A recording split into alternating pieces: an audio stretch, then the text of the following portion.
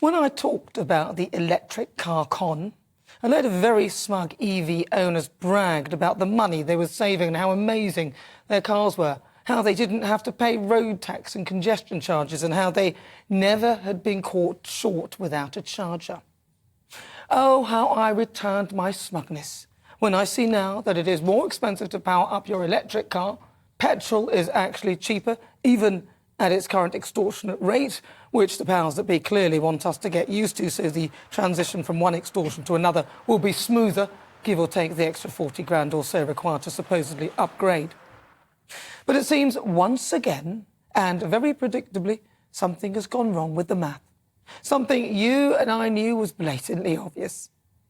If the government are to meet the decarbonisation target in 2035, when the sale of all new petrol and hybrid vehicles will be banned in Europe, in the UK that date is actually 2030, it would mean that according to their own figures, that 80% of the miles driven would have to be by electric vehicles. So that's 4 out of every 5 miles, a 21-fold increase in just 12 years.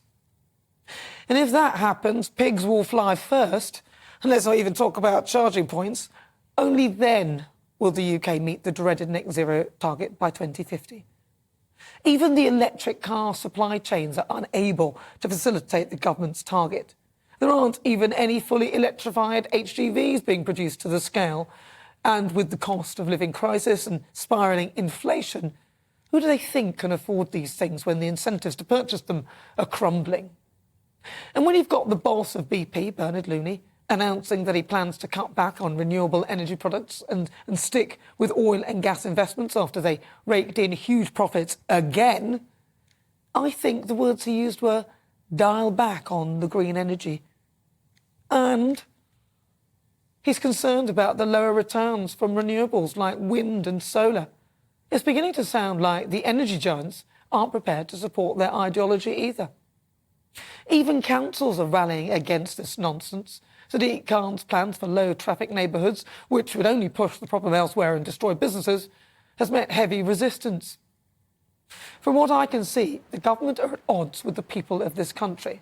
Whilst we all support the notion of cleaner air and a healthier environment, I, for one, am not happy with the way we're being forced to supposedly achieve this. It's time for them to come clean, tell the truth.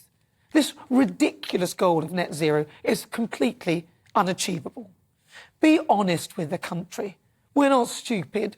We are all looking at our homes thinking, where the hell are we going to charge an electric vehicle? We don't have time in our lives to waste like that. We're working 10 to the dozen trying to keep our heads above water. And that's before we've even considered how we're supposed to afford all of this. It's time for the government to rethink this ideological madness. By their own calculations, it is clearly unachievable and frankly ridiculous. Save face and scrap net zero, or prepare for an embarrassing but predictable retreat.